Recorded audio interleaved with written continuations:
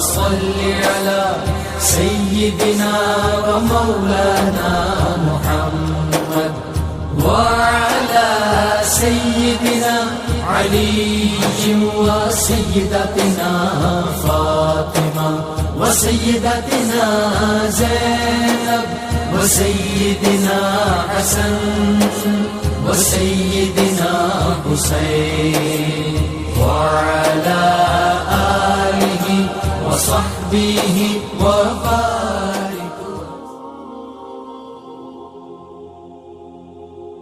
بسم اللہ الرحمن الرحیم. سورہ مزمل.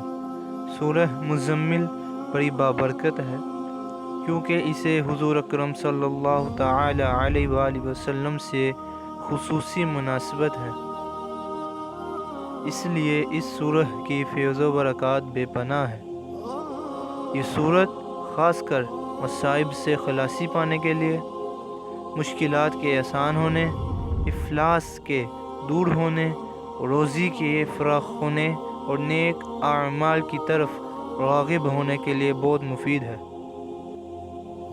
حدیث شریف ہے، حضرت ابی بن کعب رضی اللہ تعالی عنہ سے روایت ہے کہ حضور اقدس صلی اللہ تعالی علیہ وآلہ وسلم نے فرمایا ہے کہ جو شخص سورہ مزمل پڑھے گا تو اللہ تعالی اس سے دنیا اور آخرت میں خوش رکھے گا اور اس کے افلاس کو دور کر دے گا اور مشکلات آسان کر دے گا. حضور اکرم صلی اللہ تعالی علیہ وآلہ وسلم نے یہ بھی فرمایا کہ اسے پڑھنے سے مصیبت ٹل جاتی ہے.